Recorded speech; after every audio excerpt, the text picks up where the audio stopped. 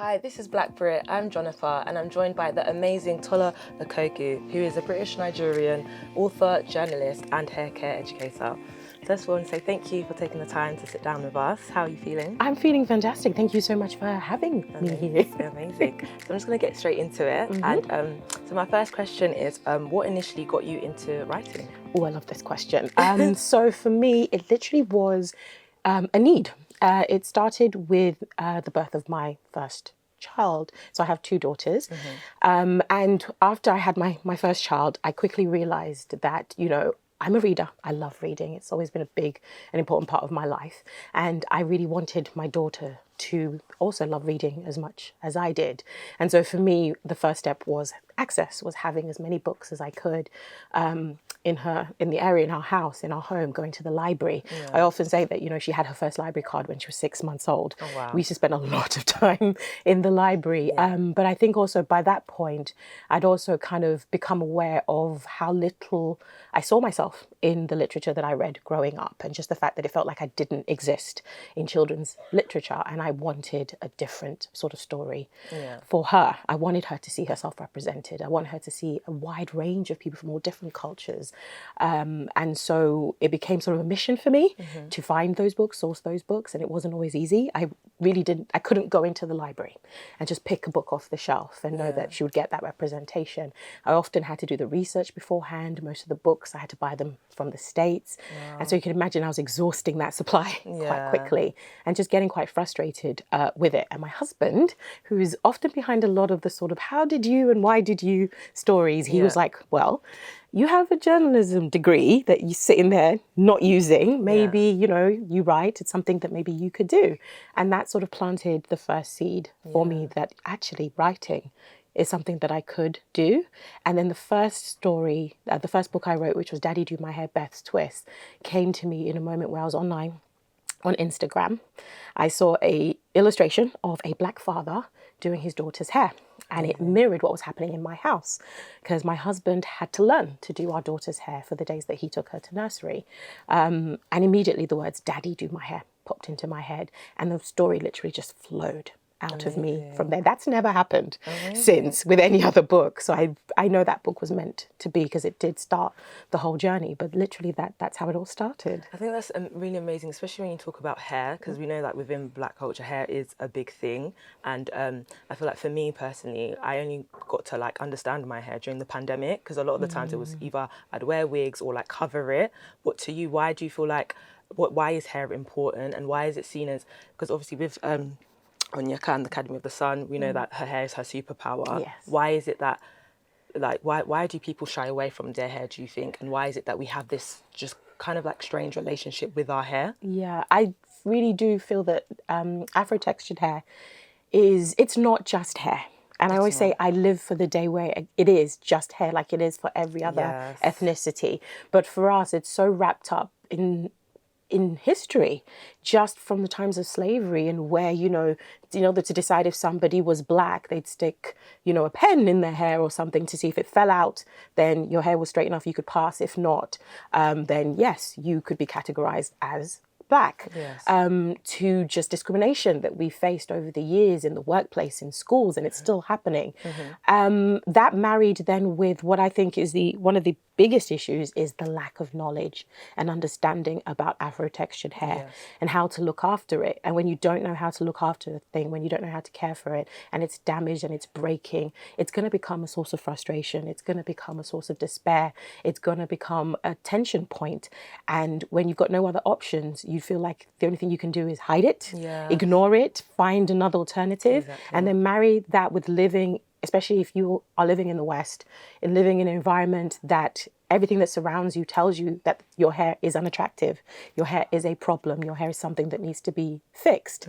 So all of that just creates this situation that then makes for a lot of black girls and women, because it starts from childhood and you carry it with you into adulthood, where your hair is this thing that's larger than life.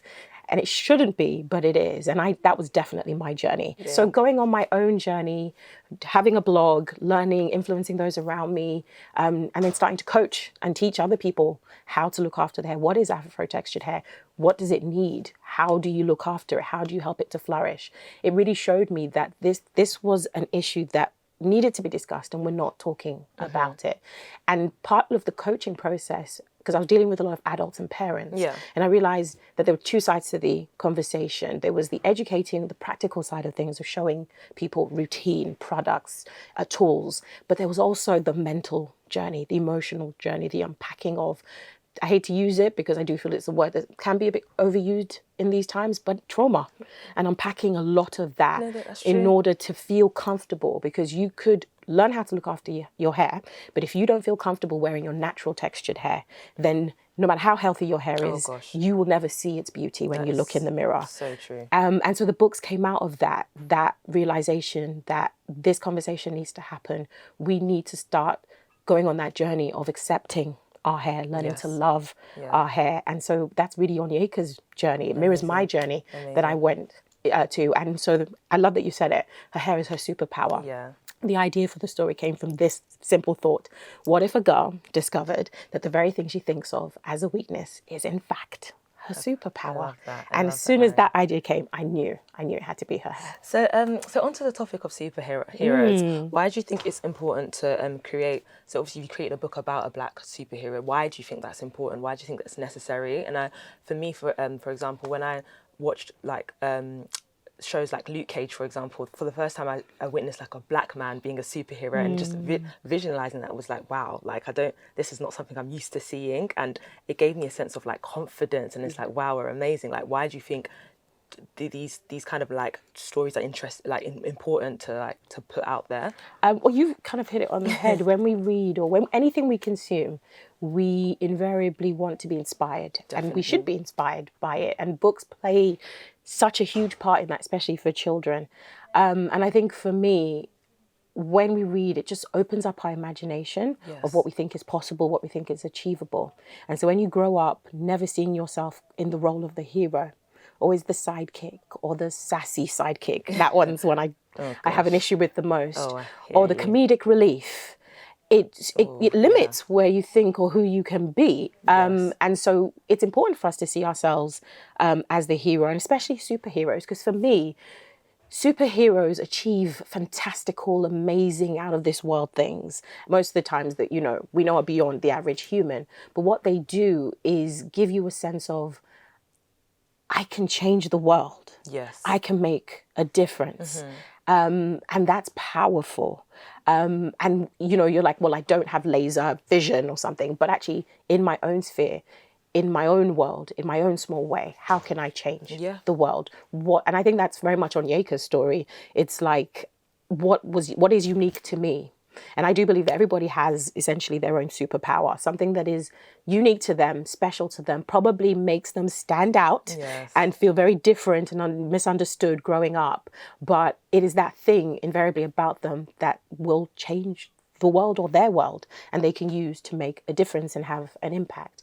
So I think superheroes are important, and everybody should feel like they could be a superhero. I think honestly, it's amazing because it's almost a book that I wish I had as a child. And how important do you think it is to plant that seed from such a young age? Oh, so important. I literally wrote Onyeka for 10-year-old me.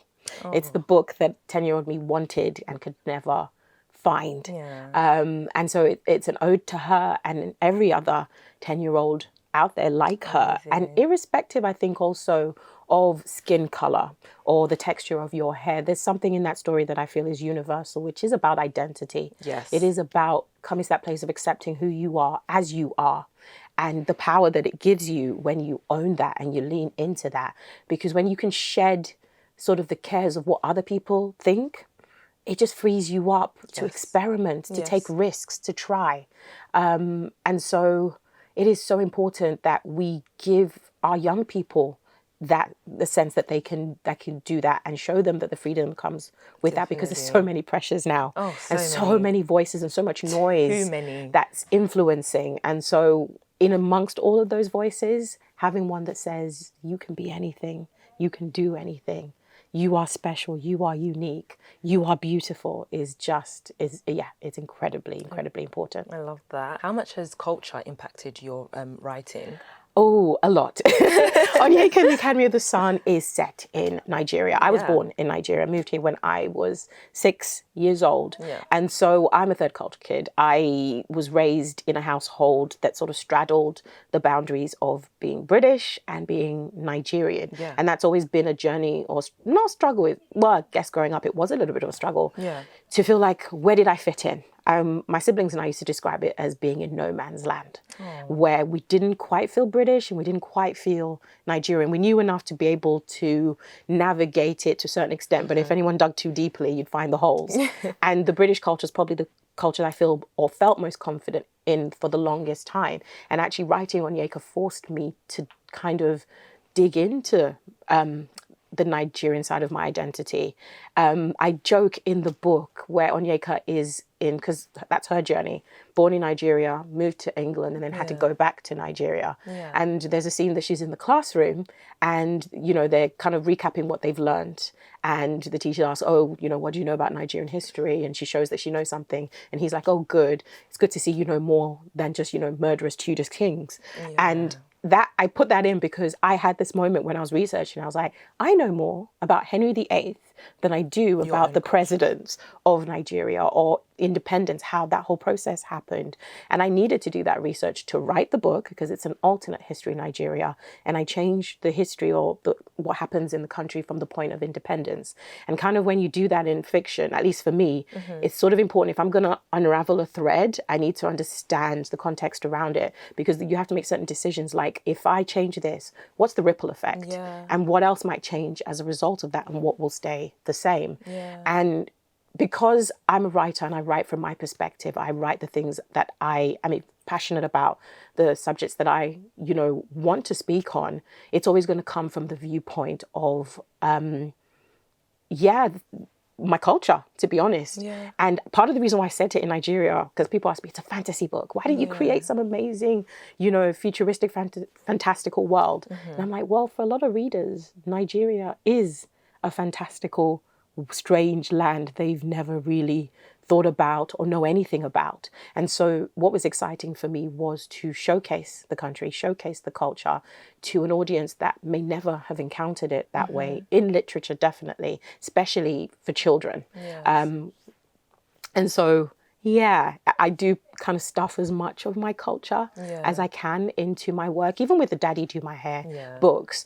I don't have as much opportunity in the text, but the illustrations, definitely. So that's why, you know, I always partner with illustrators of color. So Shante Timothy, she just did a phenomenal job. So I think there's one in Beth's Twist in the living room, there's kente fabric draped over the sofa. So it's little moments like that. And going back to hair, we were really adamant that Beth in Beth's Twist would have a hair bonnet because most little black girls wear, and it drives me nuts when I watch TV shows and, you know, you've got the black woman going to bed with her hair just all out and like, you know, you don't go to sleep like don't do that. So just those little touches is how you can showcase the culture, because we want to write stories that aren't necessarily, it's like the whole story isn't that, oh, I'm black and that's the story. No, it's I'm doing this, I'm going through this experience, I'm having these conflicts. How does my blackness sort of intersect with those things? Because for me, it's like there's the gamut of the black experience is so wide and so big. So wide. And sometimes it feels at the moment that we only ever get to tell the trauma side and the pain side. And I'm all about, okay, what about the joy? What about the mundane? What about the ordinary? Because there's value in that, because the average reader's life is ordinary. And there's nothing wrong with that. And sometimes representation goes beyond just race, religion, gender. It's also just about feeling like the things that you're experiencing is being represented. So my eldest, at 8 years old, was like, what do you want to read? Because she wasn't into books. It's like, what do you want to read? She goes, romance. And I'm like, I'm sorry, what? You're 8 years old. You can't read? What do you mean? And after kind of getting over that, I realized, no, that's representation. She is she's going through puberty and she's having all these feelings and she's got all these hormones pumping through her and she's kind of looking at boys and she wants to see what she's feeling represented on the page in the books that she's reading. So yeah. Wow, that's so insightful, and I love it because again I feel like you can't box blackness, like you said. We're become in so many dynamic forms. Where you touched upon being British and Nigerian, like what would you say? How do you help anyone that's like kind of struggling with identity? Because I definitely relate to that, being Congolese myself and obviously growing up in London. So I just wanted to kind of understand the two in terms of like identity. Like some people tend to have like identity crisis as well. Like they don't know whether they're too Nigerian or too British. Like how would you like advise anyone that kind of struggles with that? That is such an interesting question and a tough one. And really interesting because you said that key thing, to this, to that. And often those judgment calls is coming from other people. Rather than yourself. Exactly. So I think it goes back to that thing of kind of divorcing yourself from other people's opinions, because you will never please everyone. Never. You just won't. Never. And so the quicker you can get to the place where it just doesn't matter as much. And so then what someone else thinks is Nigerian enough or too British kind of doesn't matter. So for myself, it's okay, I want to know my history, I want to learn my culture, and I'll do it at my own pace, and I'll do it with the things that are of interest to me. Yes. And not letting other people's opinions or measurements decide for you. And it's what you're comfortable with. So I think it starts from self and knowing why you're on this journey, what you're seeking to achieve, and not being scared. Actually, it's more not trying to prove anything. Because I do feel like sometimes when people go on that journey with identity, it's this need to prove something. Exactly. And if you can move away from that, it just takes all the pressure off. And it should be an exploration. There's so much joy to go on that journey. And I think if you can, get rid of all the people's expectations, get rid of the pressure, and just open yourself up to go on a journey, go and explore and have fun. Yes. Like if you put fun at the front of it, it just changes the whole dynamic, I think. So that is so key. What's the one piece of advice that you would give to an author trying to break into this space?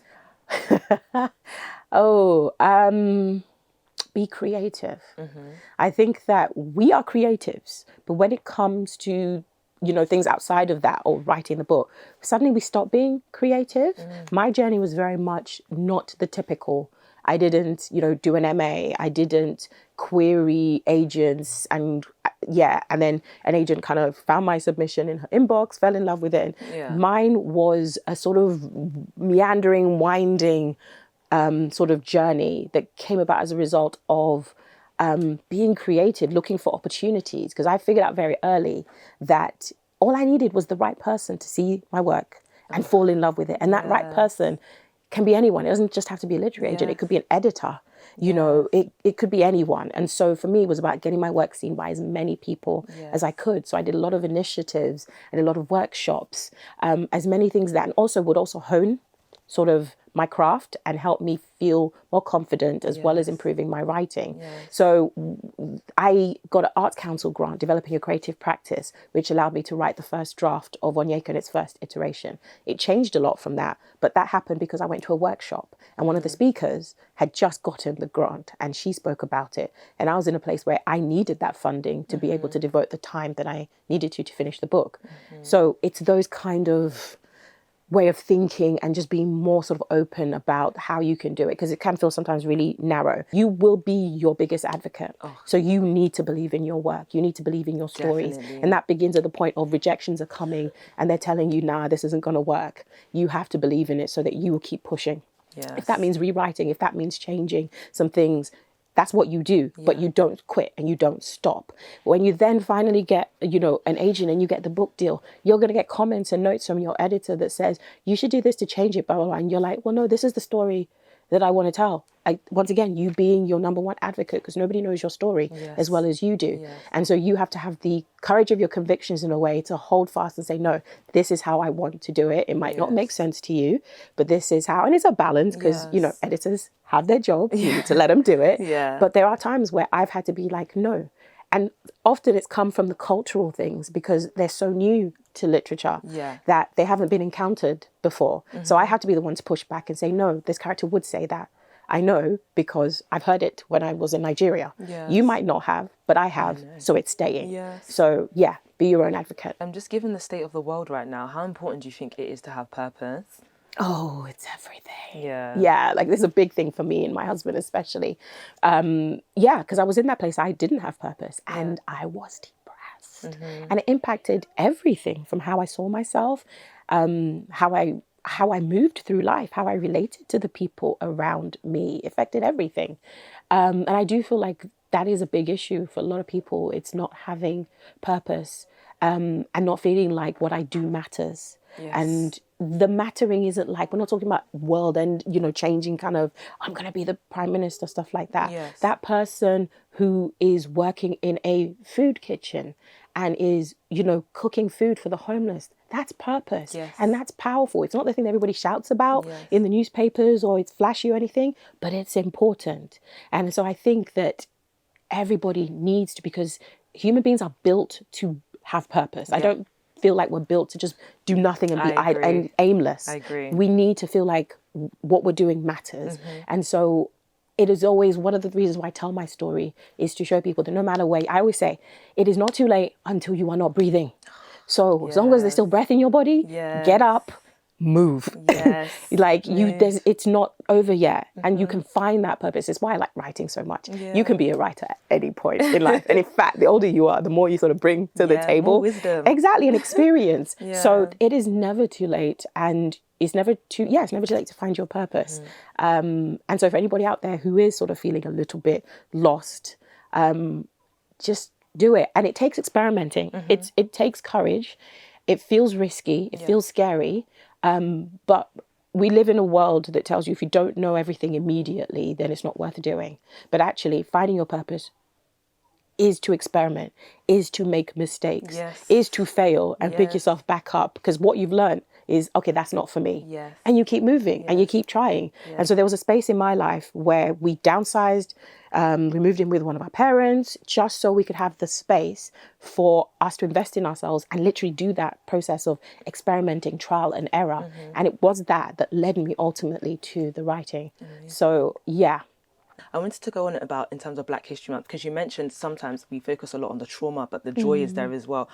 Where is the balance? How do you find that? Because I find myself getting frustrated as well, where I'm like, no, our history didn't just start at slavery. We weren't just slaves. We're not always sad. We're actually really happy sometimes, you know. There are so many things to shout about, like, but it's like we're moving and forward in the future. Do we still, obviously we need to still mention the trauma, but how do we turn that pain into power or passion? Like where's the balance? Yeah, I mean, it's a tough one because you can ask yourself at which point, where is it happening that it feels like we're only getting certain narratives? Is it that that's all Black writers are writing about? And I don't believe that that's true.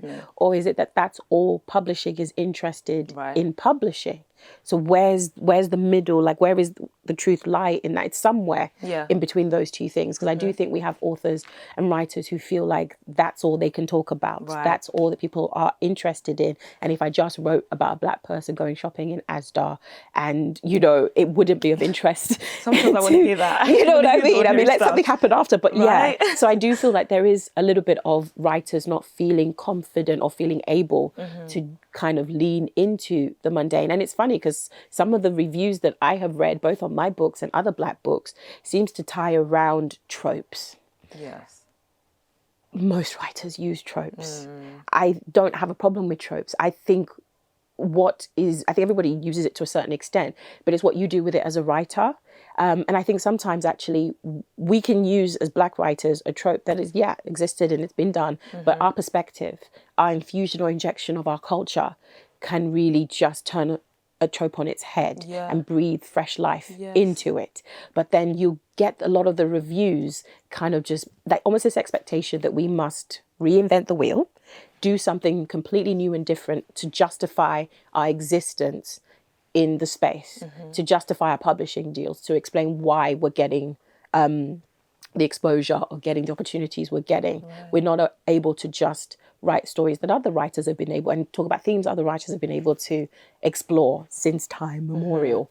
So I do feel sometimes we put that pressure on ourselves, but I do also think that publishing needs to expand its scope of our narratives and what it's willing to publish. And I do also believe that there's a side in terms of the audience and how they engage in the stories they are interested in reading, because it almost feels like there needs to be a reason why they're reading this book about a Black character. What is it teaching me? As opposed to, it's just a story and I can enjoy it. So moving readers away from that, which is the othering of our stories and our narratives. So it kind of, all of those things combined. But I can only kind of approach it from the area that I have control over, which is myself as a writer. So it's incumbent on me when I'm writing to look beyond as much as possible, just the wider scope of our experiences. Amazing. But it's not to say that if you as a writer have that burning story and it happens to be rooted in trauma and pain, don't write it. I'm not saying that to anybody. All our stories are valid. But I would equally say to those whose story is joy, whose story is Asda, write it too. I certainly agree. And so my last question is, in your opinion, what makes a good villain? Motive. Motive. Just as much as the protagonist needs a reason for what they do, so does the villain. And all too often we do see these cartoon villains who are just evil. They're just bad because they're bad. But actually nobody's bad because they're bad. There's a reason. Something happened. It's that origin story. And all too often a lot of the best villains are misguided. They think they're doing something good. They're just really ruthless. I'm really into personality types, and there's a particular personality type that tends to lean towards being the villain in life, and it's mostly because they see things in a very particular way. And when they're convinced about something, nothing will get in their way. And it's great if what they're convinced of is a good thing that, everybody else thinks, but if it's not, then they would look like a villain to everybody else. So I think you have to have light and shade in your villains. And so for me, I'm always looking for, why are they doing that? Who hurt you? Basically, I want to know who hurt you. Where did this stem from? Exactly. And also a villain that you could see how, in a way, any of us could easily be that if something had just gone wrong. That's so true. Somewhere. But I also do sometimes think that you just need that villain who's just evil, because just evil. It's a good story. The ha ha ha ha ha kind of evil. But I do like sort of light and shade in my bad guys. Amazing. Tola, you've been great. Thank you so much for your time. Thank you. It's been such a pleasure. Oh, lovely.